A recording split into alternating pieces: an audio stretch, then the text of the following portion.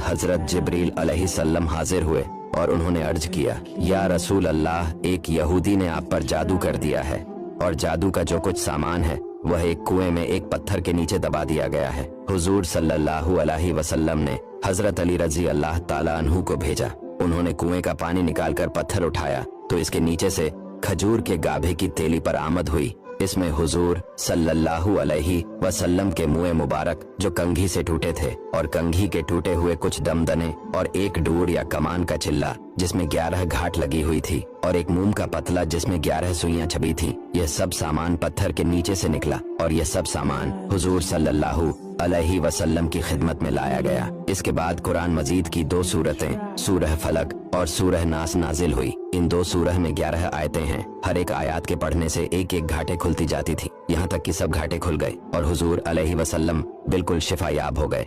इस वीडियो को देखने के बाद तुम्हें नमाज से इतनी मोहब्बत हो जाएगी कि तुम्हारी एक भी नमाज कभी कज़ा नहीं होगी और बहुत प्यार और मोहब्बत से तुम नमाज पढ़ने लग जाओगे इंशाअल्लाह। इसलिए जितना हो सके इस वीडियो को आगे शेयर जरूर करना। क्या तुम्हें पता है कि नमाजी और नमाज की शान क्या है? जब इंसान नमाज के लिए खड़ा होता है तो उसके ऊपर सर से लेकर आसमान तक अल्लाह की रहमत के फरिश्ते छा जाते हैं और सारे फरिश्ते उसके चेहरे की तरफ देख रहे होते हैं और फिर उसमें से एक फरिश्ता पुकारता है, ऐ इंसान, अगर तुझे पता लग जाए कि तू किस जात से बात कर रहा है, तू किस जात के सामने खड़ा है, तो अल्लाह की कसम तू कयामत तक सलाम नहीं फेरेगा। सुभान अल्लाह। और अब एक मुसलमान होने के नाते मेरी इस वीडियो को अपने सभी दोस्तों के साथ जरूर शेयर कर दो। अगर तुम्हारे शेयर करने से किसी एक ने भी इस पर अमल कर लिया तो इसका तुम्हें कितना सवाब मिलने वाला है तुम अंदाजा।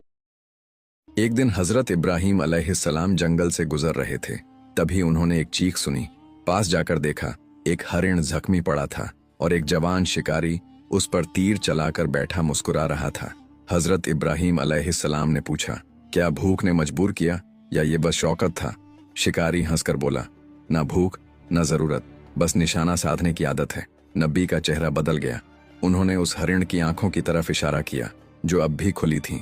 तूने उसका जिस्म जख्मी किया, लेकिन अल्लाह की मखलूका की आह तुझे कब लगेगी इसका अंदाजा है। शिकारी हंसी में उड़ाकर चल दिया। कुछ रातों बाद वही शिकारी पहाड़ों में भटक गया।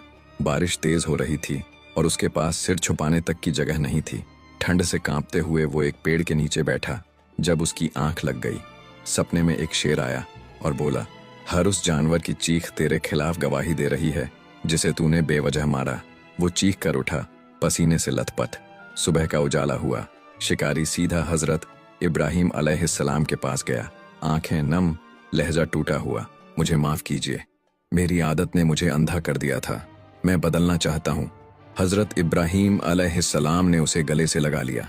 तौबा वही होती है जो आंसू से शुरू हो और अमल से पूरी हो। अब जाओ, जंगल की मखलूका तुम्हारी पनाह में होनी चाहिए, तुम्हारे तीरों के निशाने में नहीं।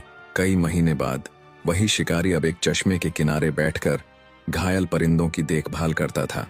जो कभी जान लेता था अब जान बचाता था। लोगों ने पूछा, तूने खुद को इतना कैसे बदल लिया? वो मुस्कुराया और कहा, जब दिल जख्मी होता है तब किसी और के जख्म दिखने लगते हैं।